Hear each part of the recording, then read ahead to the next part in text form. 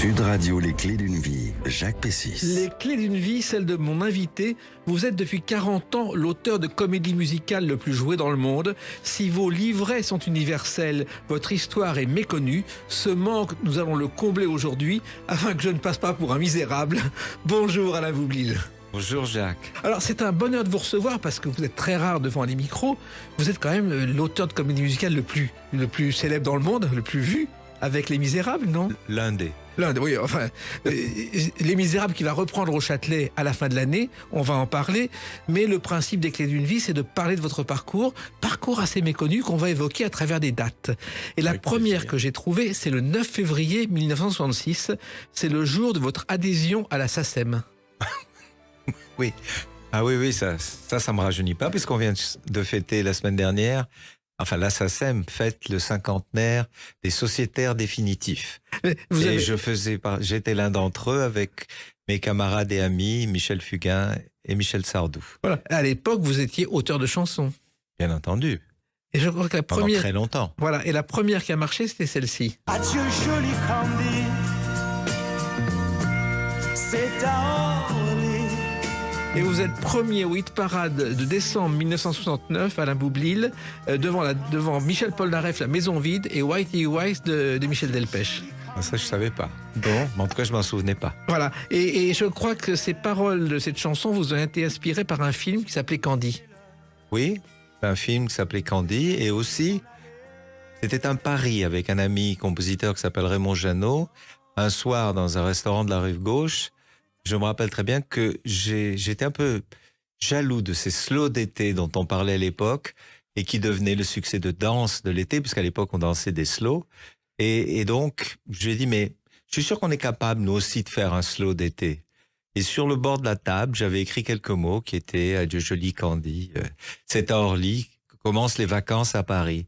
Et 2 jours après, il est venu me voir avec un début de chanson. Tout ça a été fait en quelques jours. Il manquait plus qu'un interprète. Voilà. Alors l'interprète, c'était un garçon que je connaissais très bien, qui s'appelle Yves Rose, lequel Yves Rose avait arrêté de chanter. Il avait gagné, je crois, la Rose d'Or d'Antibes quelques années avant. Et puis il avait arrêté. Et puis je l'ai rencontré. Et puis un jour, il m'a dit, mais moi, tu sais, j'ai toujours très envie de chanter. Je lui ai dit, écoute, j'ai peut-être quelque chose que je voudrais essayer avec toi. Et à ce moment-là, on l'a écouté, et puis on a enregistré. Je me rappelle avec mon beau-père à cette époque-là, le Franck Pourcel, le chef d'orchestre. On avait coproduit ce disque. Et puis on était les premiers stupéfaits de ce qui lui est arrivé. Oui, c'était un immense succès. Et je crois que c'était signé Franck Harvel, cette chanson. Exactement. Parce qu'à l'époque, je n'osais pas me croire auteur de chansons. Et j'avais pris un pseudonyme qui prenait le prénom de mon jeune frère. Et à cette époque-là, je dois vous dire qu'Adieu joli Candy, c'est pas seulement ça. C'est aussi par cette chanson que j'ai connu un homme qui a été très important dans ma vie, puisqu'on parle de parcours. C'est un monsieur suédois, un producteur de disques, comme moi, auteur et éditeur de musique. Et Stig Andersson, c'est son nom, est un monsieur qui avait écouté cette chanson quelque part et qui m'avait téléphoné pour demander si les droits pour la Suède étaient libres. Je lui ai dit oui, bien sûr, plus grand plaisir, qui pensait avoir une chanson enregistrée en Suède à l'époque. Et donc, il me dit, je vais faire le texte suédois et puis je l'enregistre. Bon, il enregistre la chanson qui fait un succès apparemment en Suède, me dit-il. Et une année après, ou quelques années après, je reçois un coup de fil de sa part et il me dit, je produis un groupe et j'ai pensé que je voulais essayer de le faire avec tous mes amis en Europe. Et tu es le premier d'entre eux, puisque tu m'as donné cette chanson qui a été un succès en Suède. J'ai dit oui, d'accord. Et il vient à Paris, il me fait écouter son groupe. Et c'était 2 garçons et 2 filles, qui s'appelaient Björn, Benny, Agneta et Frida. Et j'écoute une chanson qui s'appelait Ring Ring. Et je trouve ça très très bien. Et à l'époque, j'avais une alliance avec les disques Vogue. Et je leur fais écouter, ils me disent oui, bien sûr, c'est très bien, on va le sortir. On sort ce disque et je crois qu'on en vend 20 000 exemplaires, ce qui était pas mal, mais qui était pour l'époque pas beaucoup. Quelques mois après, il me dit j'ai des nouvelles, on va peut-être être sélectionné pour l'Eurovision. Le reste, je sais pas s'il faut que je vous le raconte, la chanson c'était Waterloo. Le groupe avait changé de nom avec les initiales des 4 interprètes. Il avait fait le nom A, 2BA. Le groupe ABBA était né et je me suis retrouvé pendant 10 ans l'éditeur du groupe ABBA. Et l'histoire s'arrête pas complètement là, puisqu'elle m'a donné l'idée d'écrire une comédie musicale, un conte musical à partir de certaines de leurs chansons, qui s'est appelé Abacadabra et qui a été un grand succès à l'époque en France. À la télévision, réalisé par Robert Réa. Absolument, à TF1, la dernière semaine de Noël, les fêtes de fin d'année, il y a 74, je crois. Alors, il se trouve que vous êtes né à Tunis, mais vous êtes arrivé à Paris. Et la chanson, le monde du spectacle, la radio, ça a été votre vie depuis le début, Alain Boublil. Oui, c'était là aussi un signe, appelons-le le destin si vous voulez, c'est que j'ai fait des études très sérieuses. J'ai fait les hautes études commerciales. Et uniquement pour pouvoir partir de Tunis plus vite, parce que c'était les seules études qui n'avaient pas une première année d'université à Tunis.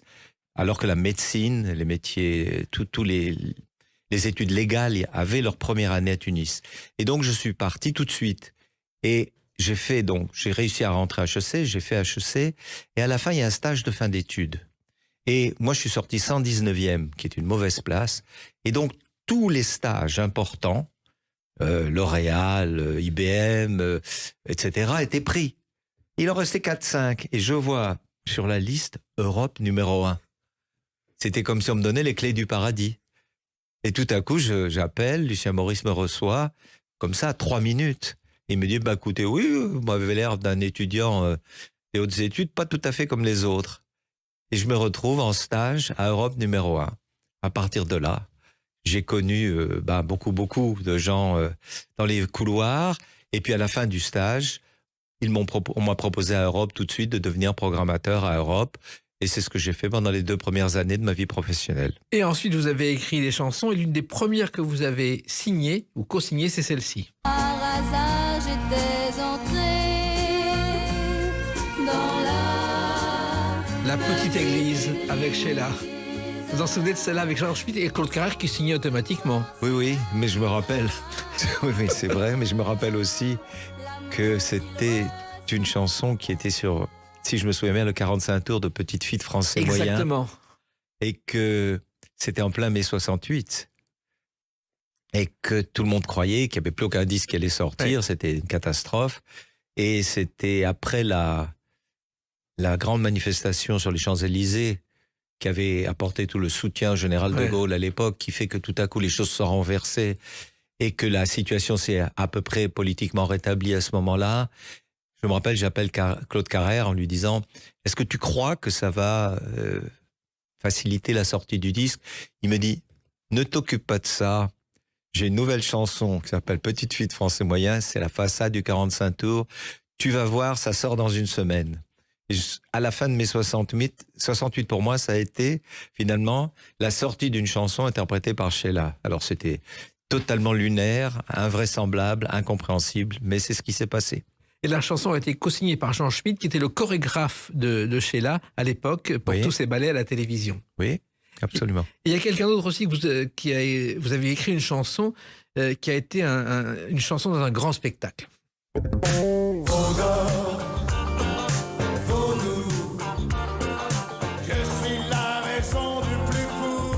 Johnny Hallyday, Vaudor, Vaudou, vous levez les yeux au ciel, à la Boublil.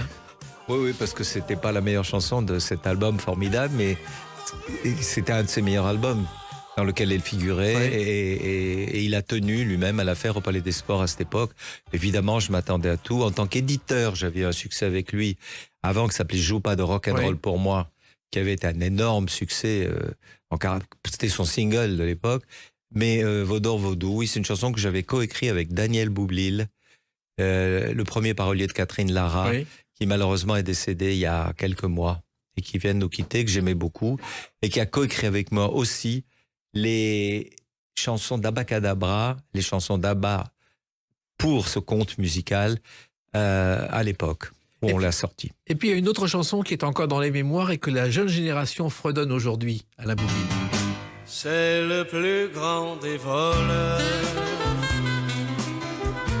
Oui, mais c'est un gentleman. Le générique du feuilleton dont Georges Descrières était la vedette. D'ailleurs, il avait des trous de mémoire à la Comédie Française, Georges Descrières. Et on l'appelait le Georges Desgruyères, justement. Ah, j'étais pas au courant de ça. Là Et aussi, c'est une belle aventure. ça, c'était une belle aventure. Et là encore, il y a un peu de tristesse à l'évoquer pour moi parce que le compositeur, c'était Jean-Pierre Bourter, Oui. qui est décédé il y a quelques semaines. Et un de mes meilleurs amis, un compositeur avec lequel j'ai beaucoup travaillé. Et le co-auteur de la chanson, c'est Yves Desca. Exactement. Travailler avec Dutronc, c'était pas facile parce qu'il était assez fou.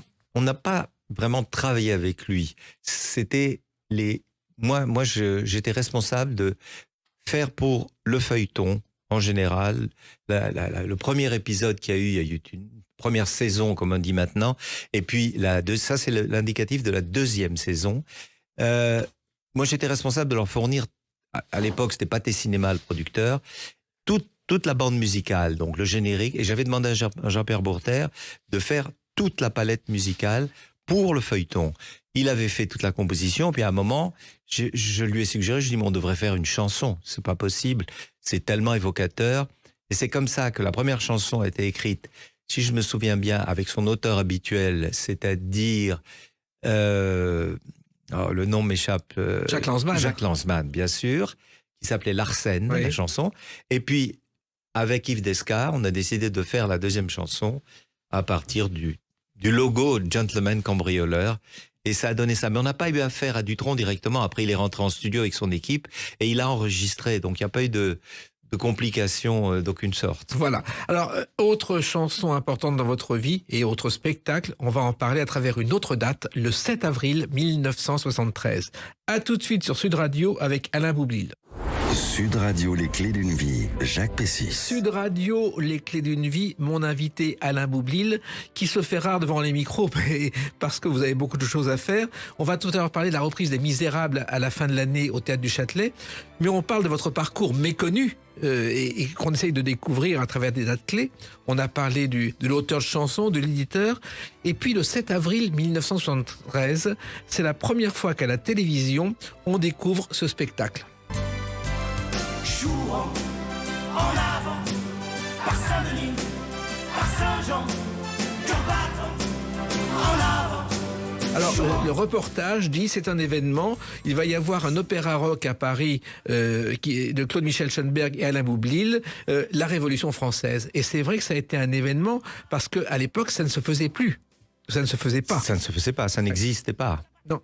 Oui, écoutez, s'il faut reprendre à la base, moi j'avais eu une espèce de choc, mais de choc grave, une sorte d'épiphanie, quand j'avais vu West Side Story 10 ans auparavant dans À l'Alhambra. à l'Alhambra. On écoute. I like to be in America.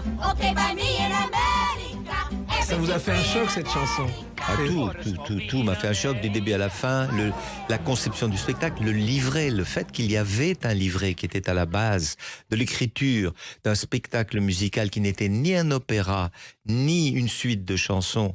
Moi qui ne savais pas ce que le mot comédie musicale voulait dire, ma culture dans ce domaine se limitait aux films américains que j'avais vus, qui étaient toujours des histoires drôles, pleines de charme, des grandes histoires d'amour, mais qui se terminaient bien. Tout à coup, je vois un drame musical et je m'aperçois que c'est colossal, que c'est une forme artistique à part entière. Je ne comprends pas tout ça dès le départ, mais peu à peu, je commençais à ne plus me penser qu'à ça et à m'intéresser qu'à ça. Et en même temps, je me disais, en regardant ça ce soir-là à l'Alhambra, je me disais, bon, ça c'est impossible à faire, c'est trop compliqué, la musique, on voit bien que le compositeur est un monsieur qui a une compétence ou une formation, je vérifiais, Leonard Bernstein, c'était donc la sommité de la musique classique de son époque, en plus d'un très très grand chef, un des plus grands chefs d'orchestre que New York et Washington aient jamais eu, et donc je me suis dit, ça c'est pas possible. Et j'ai mis ça de côté dans ma mémoire pour ne plus y penser, mais à partir de là, le démon était en moi. Je n'ai plus jamais oublié cette expérience. Et c'est donc en 73, sur quoi vous faites allusion, je suis à New York. Le hasard fait qu'on m'offre des billets pour aller voir la première d'un rock opéra qui s'appelle Jésus-Christ Superstar. Je vais voir Jésus-Christ Superstar et je sors de là en me disant, Ça aussi, c'est formidable, ce que je viens de voir. Every time I look at you, I don't understand why you let the things you did get C'était so en fait, au départ, c'était un album d'Andrew Lloyd Webber qui ne trouvait pas de producteur. Il a fait l'album et ensuite, avec Murray Head d'ailleurs dans cet album. Bien sûr, et il y a ouais. eu ce spectacle que vous avez vu à Broadway. Bien sûr, et avec pour auteur Tim Rice. Voilà. Donc, tout ça, quand j'ai vu ça, ma réaction première, ça a été, ça c'est quelque chose que je pourrais savoir faire. Parce que je réalisais, ou du moins je sentais que le compositeur et l'auteur ne venaient pas du monde du classique, comme Leonard Bernstein, comme Arthur Lawrence, le fabuleux librettiste de West Side Story, et comme Stephen Sondheim, qui a écrit les textes fabuleux de West Side Story. Donc, je me suis dit, mais ça, c'est superbe, mais en même temps, c'est plus contemporain. Ils se servent de tous les éléments de la musique d'aujourd'hui. On était en plein rock'n'roll pour faire ce qu'on appelle un rock-opéra et le mariage des deux genres. J'ai trouvé l'idée sublime. C'est là que j'ai marché toute la nuit dans les rues de New York, que j'ai échappé aux marchands de drogue et refusé les services des prostituées qui m'entouraient de partout. Il a fait assez mauvais après ce soir-là. Je suis rentré à 4h du matin, j'avais trouvé l'idée. Pourquoi on ne fait pas la Révolution, parce que le sujet c'est toujours l'essentiel, la Révolution française, et là je me rappelle que Camille Desmoulins, Fabre d'Églantine, même Robespierre, ont 25 ans, 27 ans, 28 ans, 32 ans pour Danton qui était le plus âgé. Le roi aussi était pas beaucoup plus âgé, Marie-Antoinette, n'en parlons pas.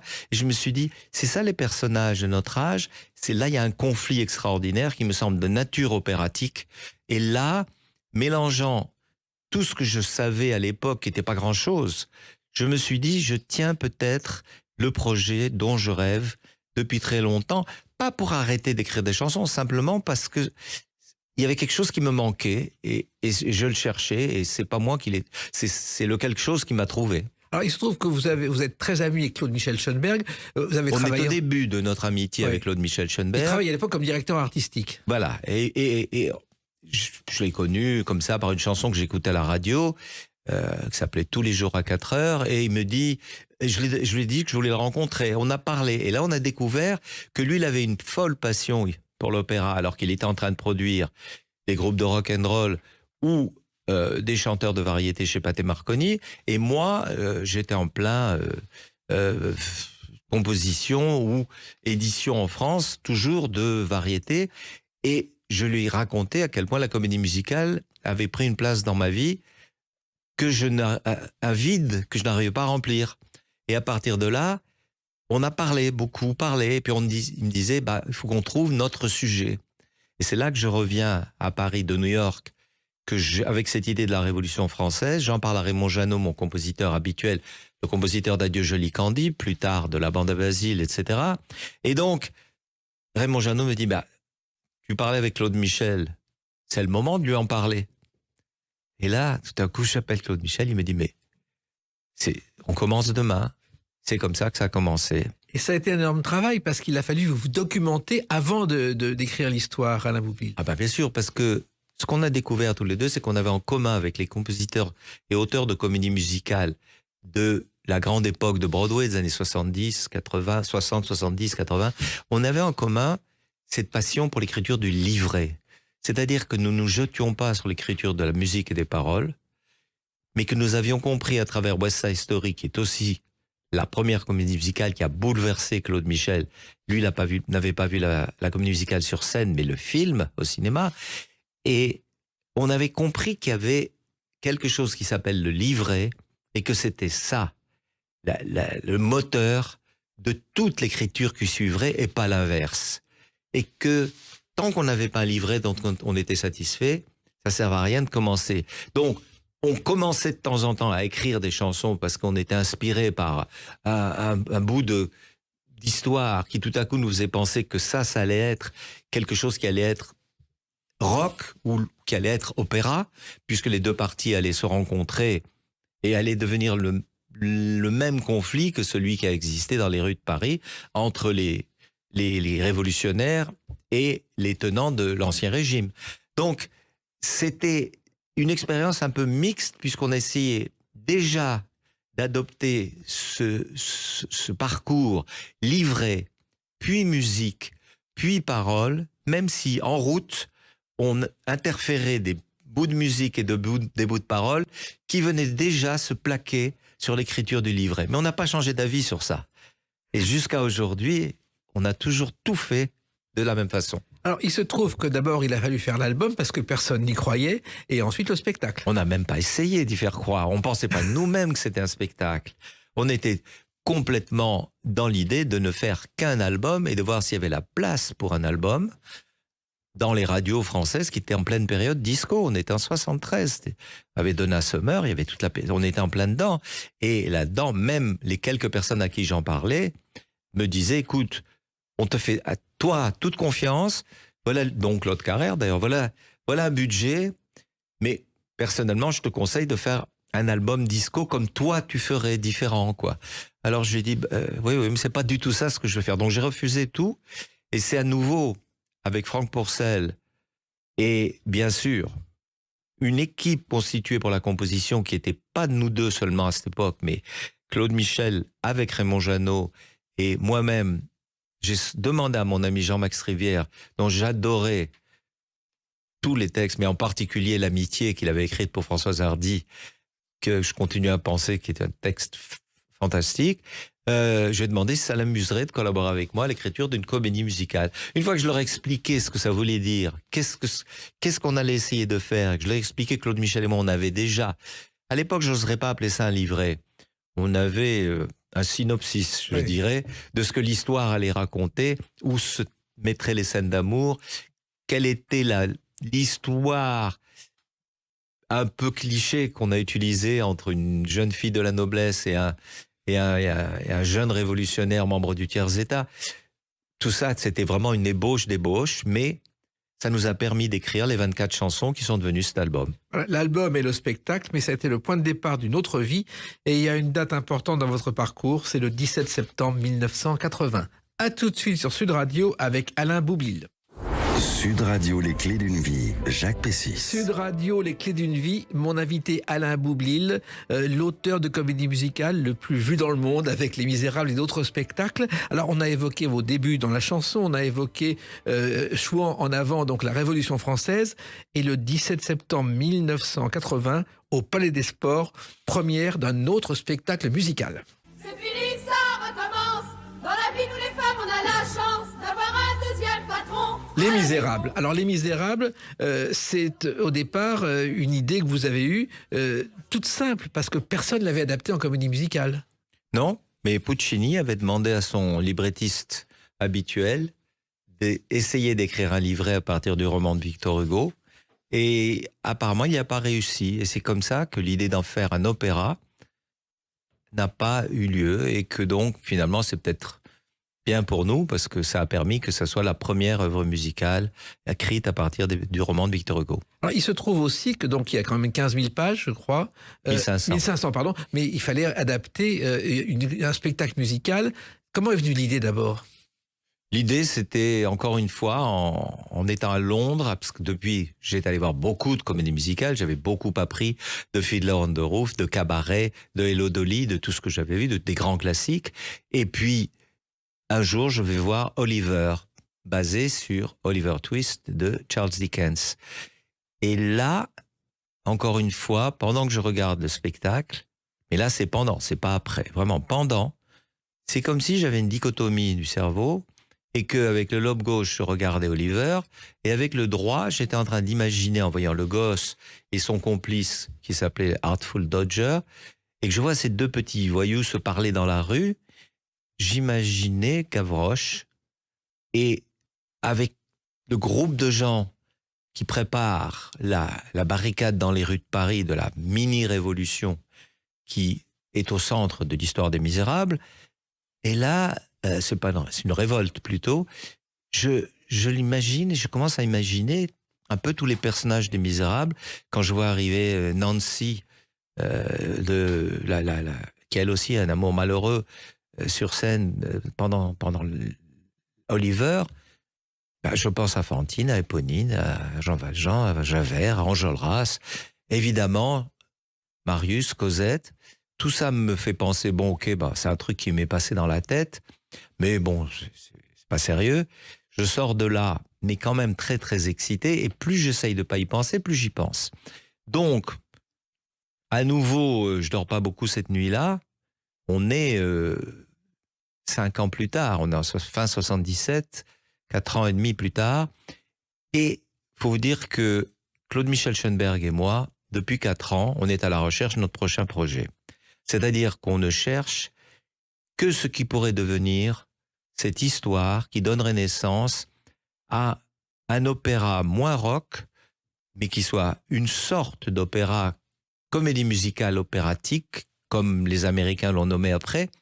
Mais nous, on n'avait pas de nom, mais on savait ce qu'on voulait. On voulait faire quelque chose qui permette des récitatifs, des grands airs, quelque chose qui ait la même structure qu'un opéra, mais qui utilise la musique et les paroles d'aujourd'hui, c'est-à-dire des années 80 dans lesquelles on était, pour faire une œuvre qui parlerait, qui serait la plus fidèle et la plus authentique possible par rapport au roman, sans jamais ni vouloir le rendre à la mode ou le transformer, parce que nous ne sommes pas des metteurs en scène, nous sommes des auteurs. Donc notre travail, c'est de traduire au plus près de la lettre de Victor Hugo les émotions inouïes de ce roman, la toile humaine qui n'a jamais été reproduite dans aucun autre roman, puisque il n'y a pas un personnage de cette histoire qui n'est pas toujours contemporain. Une histoire d'amour qui dépasse l'amour lui-même, parce que la façon dont il a écrit la première rencontre fulgurante de Marius et Cosette est quelque chose de impossible à reproduire. On s'en est peut-être rapproché un peu avec Le Cœur au bonheur, qui est au milieu de la comédie musicale. Et voilà, c'est parti. Quand j'en ai parlé à Claude Michel, en rentrant de Londres, il m'a dit, c'est ça qu'on cherchait. Et il m'a dit, on commence demain matin. Un immense travail, parce qu'il faut résumer quelquefois 50 pages en une scène. C'est le plus gros travail, c'est de couper. Comment on coupe et où on coupe quand on a le respect extraordinaire que nous avons pour cette œuvre, et on s'aperçoit qu'il y a des choses qui ne nous servent à rien une fois qu'elles seront chantées. Il y a des personnages qui ne servent à rien, comme Azelma, la petite sœur d'Éponine. Il y a la bataille de Waterloo, qui est un fabuleux monument littéraire, mais qui ne nous sert pas pour faire avancer l'action. Or, comme on base toute notre histoire, notre spectacle et notre disque sur le livret, c'est ce qu'on appelle en anglais le storytelling. C'est comment on raconte, comme dans un film, une histoire, mais que l'action continue à avancer tout le temps. Donc, avec tout le respect du monde, on a coupé, jusqu'à qu'on arrive à ce qui nous a semblé être la quintessence de cette histoire, sans rien oublier, de l'extraordinaire tapisserie qui en fait le roman, l'un des romans les plus lus du monde, et pratiquement aussi lu, d'après ce que j'ai entendu dire, que la Bible. Exactement. Alors il se trouve que même combat que pour la Révolution française, c'est-à-dire que d'abord il y a l'album avec Michel Sardou et quelques autres, et ensuite le spectacle avec Robert Hossein. Oui, mais le spectacle avec Robert Hossein s'est décidé peu avant l'album, c'est-à-dire qu'à l'époque c'était même compliqué de faire un album. On était déjà 5 ans plus tard. C'était assez compliqué de faire un album, et on avait moins d'accroche, le côté rock-opéra avec 24 chansons, l'une à la suite de l'autre. C'est plus simple à vendre à une maison de disques qu'une comédie musicale aussi articulée que Les Misérables. Donc, tout le monde attendait de savoir si ça deviendrait ou pas un spectacle. C'est à ce moment-là que René Klettmann, que vous avez sans doute connu, oui, et qui était à l'époque directeur des programmes d'Europe 1, un jour, j'étais très ami avec lui, et il me dit, il n'y a qu'une personne qui peut faire ce spectacle finalement. Les metteurs en scène nous avaient contactés, ne m'ont même pas rappelé. Donc, je dis, ah oui, il me dit, c'est Robert Hossein. Je dis, ah bon, tu crois que ça pourrait intéresser ça? Je dis, oui, mais alors ça va devenir, donc, nous on rêvait d'un théâtre, un théâtre fermé, à l'italienne, pas comme le Palais des Sports pour la Révolution française, qui s'adaptait parfaitement à cette salle. Là, on rêvait un vrai théâtre. Et il me dit, ça se fera pas. Il me dit, ça ne se fera que si ça lui plaît et si vous voulez bien qu'on le refasse au Palais des Sports. Et à ce moment-là, Europe 1 sera derrière. Et bon, et là, j'ai compris qu'il était très sérieux, c'est-à-dire qu'il voulait dire qu'il était sérieux quand il disait ça se fera peut-être pas. Et c'était 3 ans de travail avec lesquels on risquait de se retrouver simplement avec rien, quoi. À nouveau avec rien. Et là, j'ai dit, bah écoute, s'il veut bien l'écouter, avec grand plaisir. Et c'est là qu'il est venu écouter une bande démo dans laquelle c'est Claude Michel qui chante tous les rôles. Moi, je fais quelques chœurs derrière. Il joue du piano tout seul. Il chante même les rôles de filles. Donc, c'est avec ça que Robert écoute. Et à la fin, il n'a pas dit un mot pendant 2 heures. Et à la fin, il a dit, c'est un opéra que vous avez fait, les petits gars. Je vais vous le faire. Ça s'est arrêté là. Là-dessus, Kleinman me dit, bon, bah écoute, Robert, il est très enthousiaste. Je vais appeler Jacques Revaux et Régis Tallard, les propriétaires de Tréma à l'époque. Et tout de suite, Jacques et Régis ont dit, oui, l'album, on le fait tout de suite.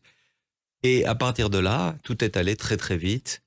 Les invités, donc, à cet album, Michel Sardou, Michel Delpech, Adamo, et bien d'autres, font que là, il y avait Richard De Witt du groupe Il était une fois. Bon, enfin, tout ça s'est fait rapidement, le spectacle. Et alors là, Kleinman me dit en plus, vous avez un coup de bol qui arrive. Nureyev vient de décommander le spectacle du Palais des Sports pour la rentrée.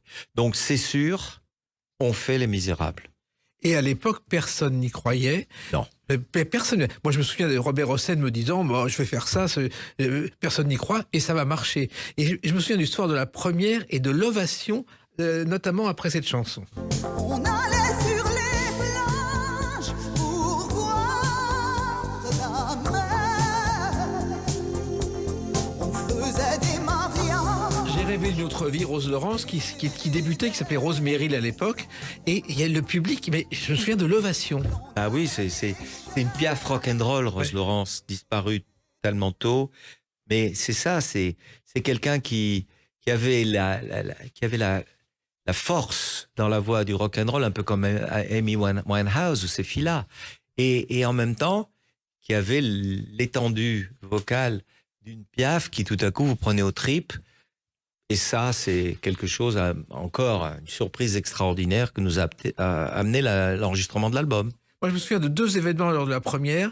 À un moment, Jean Valjean pousse un énorme cri, Maurice Barrier, et Stéphane Collaro, qui s'était légèrement endormi, saute sur son fauteuil. Ça, j'ai pas vu. Et une autre chose étonnante, à la fin du spectacle, j'ai vu un spectateur voyant un monsieur avec une barbe sur un coin de la scène qui a dit « c'est l'auteur ». Car beaucoup de gens avaient oublié Victor Hugo. Bah oui.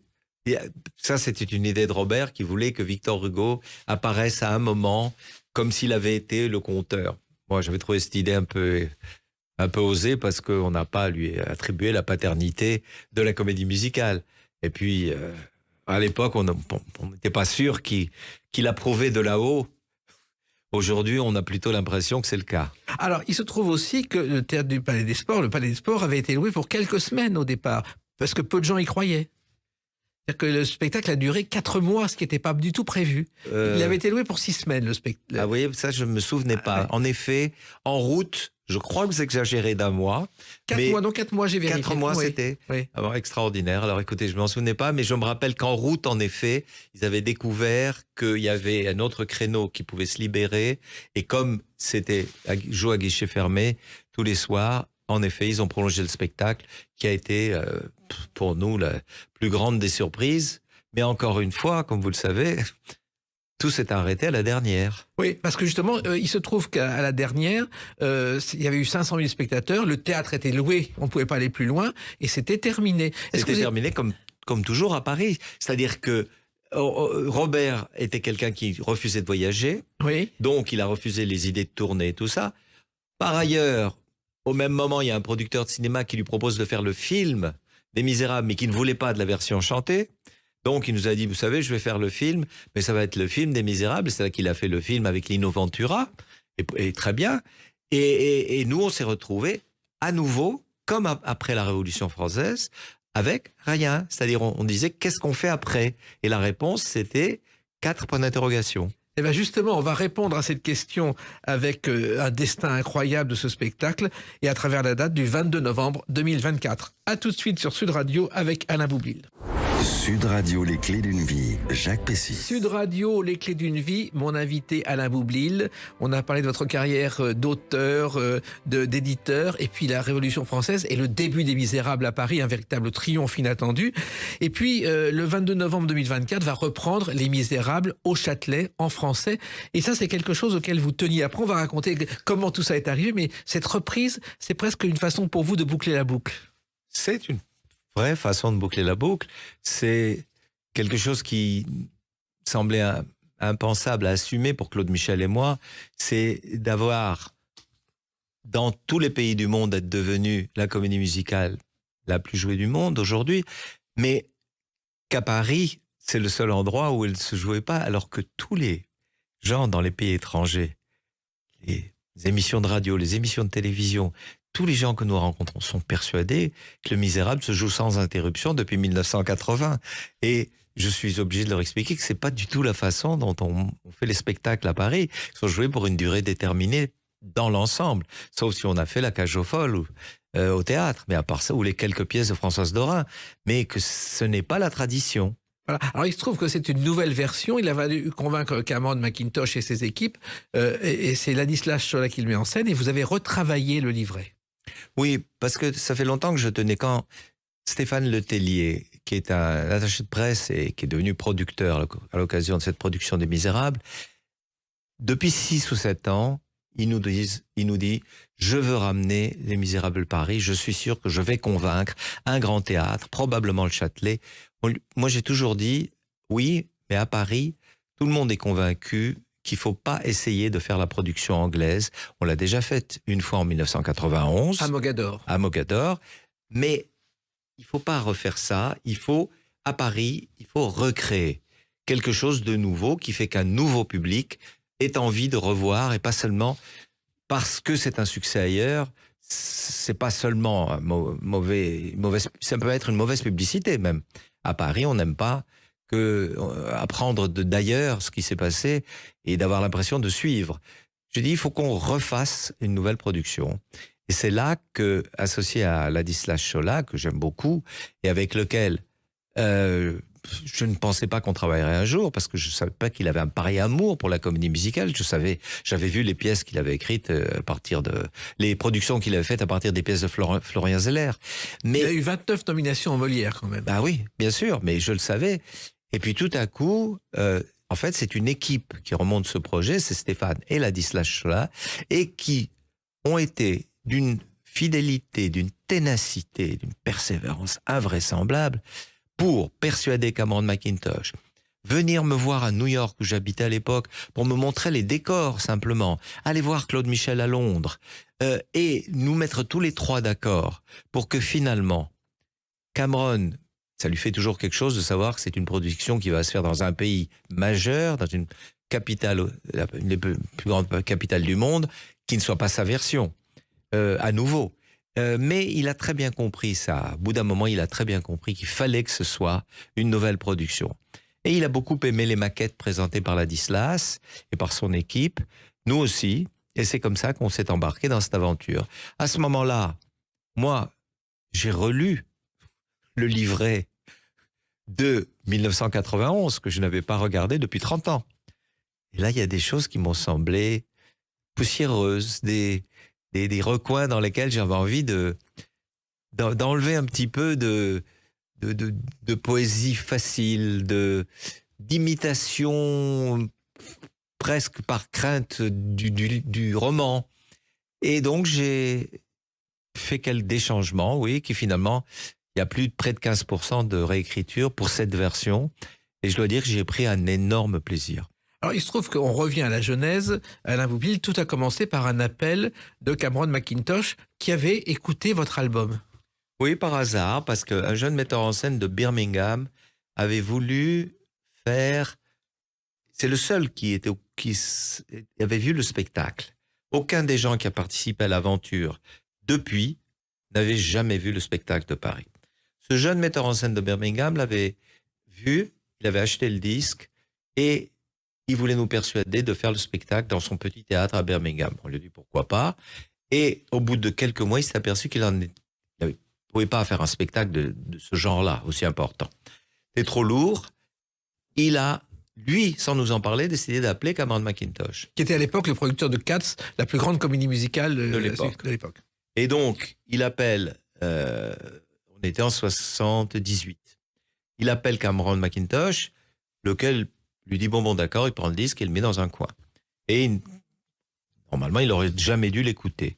Un jour, il était en train de faire du rangement et puis il voit ce truc écrit en français et il a presque souri. Comédie musicale française, ah bon, il savait même pas qu'il y en avait, quoi.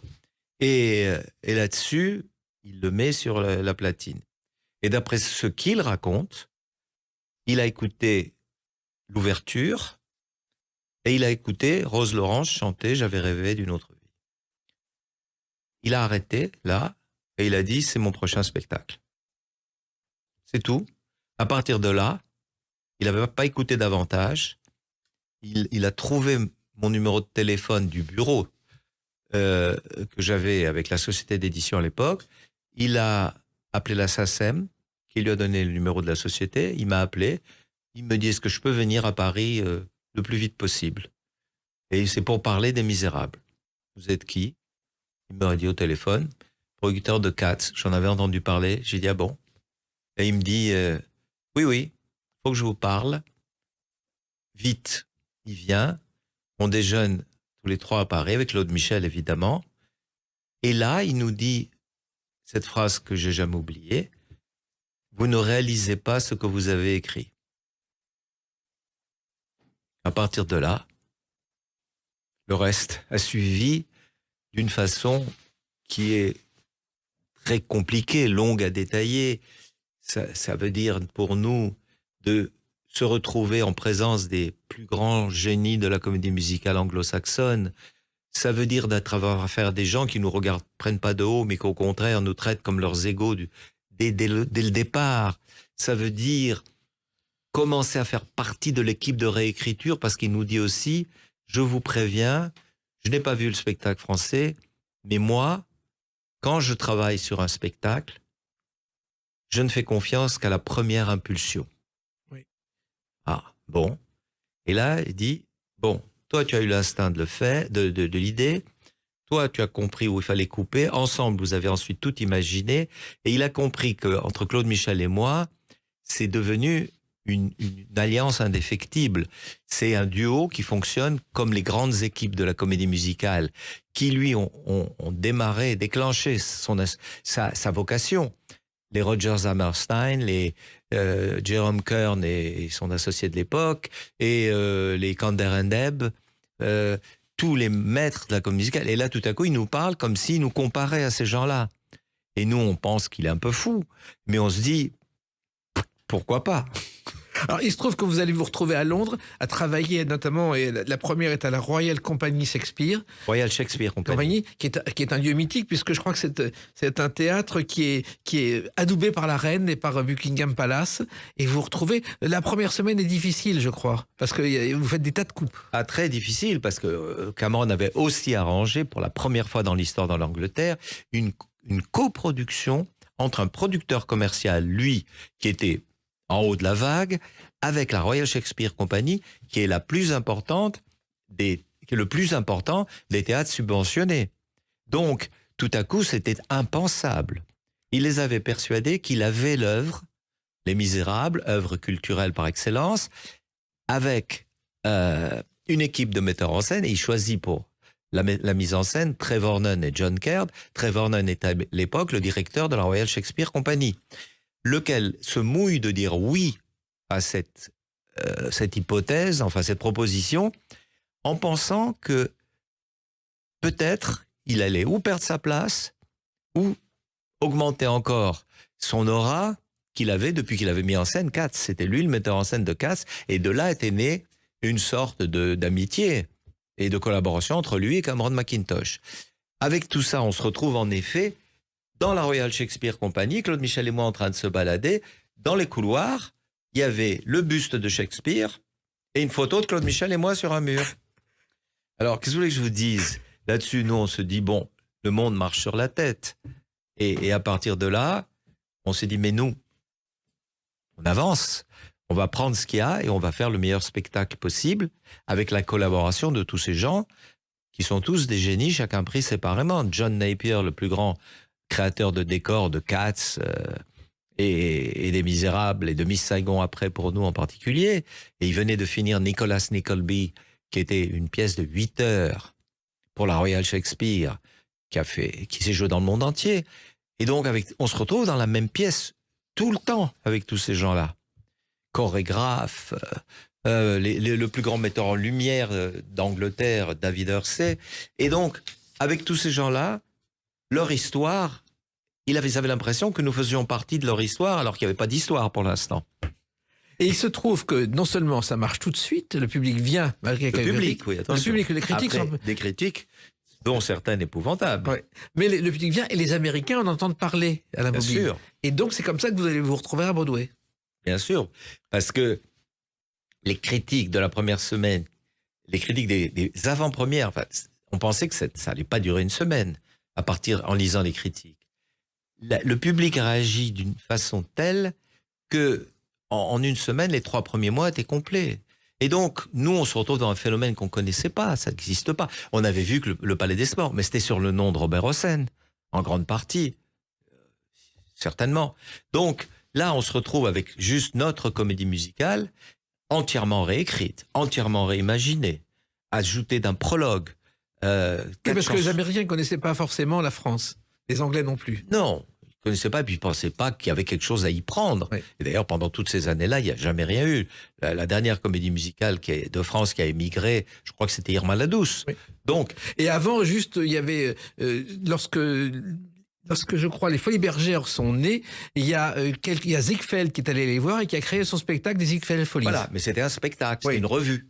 Donc là, une comédie musicale, le mot comédie est peut-être même un peu exagéré, parce qu'il y a des morts sur une barricade et ça se termine, tout le monde meurt. Donc en gros, et il y a même des fantômes qui reviennent. Alors donc, même le mot est usurpé. Donc, tout ce qui s'est passé à partir de ce moment-là est pour nous impossible à mesurer, impossible à comprendre. Aujourd'hui, avec un peu de distance, on le vit allègrement. Mais comme vous avez bien compris, on n'a ni l'un ni l'autre, Claude Michel et moi, essayé de s'en faire ni une publicité, ni une forme de notoriété particulière, parce que c'est pas du tout dans nos caractères. On est des auteurs-compositeurs de l'ombre qui adorent l'histoire qui leur est arrivée, plus que d'en parler. Voilà. Je crois que c'est dans 57 pays aujourd'hui, non? Oui, c'est dans 57 pays, c'est quand même 135 incroyable. millions de spectateurs. Et surtout... Je ne suis pas là pour faire des statistiques. Non, mais je suis allé à Londres il n'y a pas longtemps. Il est toujours à l'affiche depuis 30 ans. Je suis allé voir Les Misérables à Londres. Ah oui, on célèbre l'année prochaine, en 25, le 40e anniversaire sans interruption des Misérables à Londres. Et il va y avoir une série de festivités incroyables à cette occasion. Et quand vous y pensez, qu'est-ce que vous vous dites, Alain Boublil? Je me dis qu'un jour j'ai fait chanter à Éponine, dans la première version des Misérables, celle qu'on joue au Palais des Sports, qu'il y avait des histoires qui arrivent quand la chance rencontre le hasard.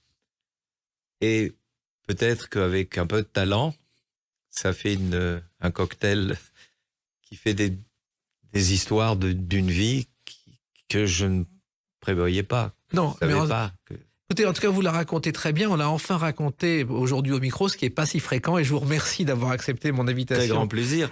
Et il faut que je vous connaisse comme je vous connais bien depuis longtemps pour pouvoir mettre tous ces souvenirs bout à bout et les raconter avec une forme de plaisir, finalement. Et le plaisir est très partagé par celles et ceux qui nous écoutent. À partir du 22 novembre jusqu'au 31 décembre, ce sera au Châtelet. Et puis vous reviendrez dans les Clés d'une vie parce qu'il y a tellement d'autres spectacles que vous avez faits dont on n'a pas eu le temps de parler. Merci et continuez ainsi. Merci, à bientôt. Les Clés d'une vie, c'est terminé pour aujourd'hui. On se retrouve bientôt. Restez fidèles à l'écoute de Sud Radio.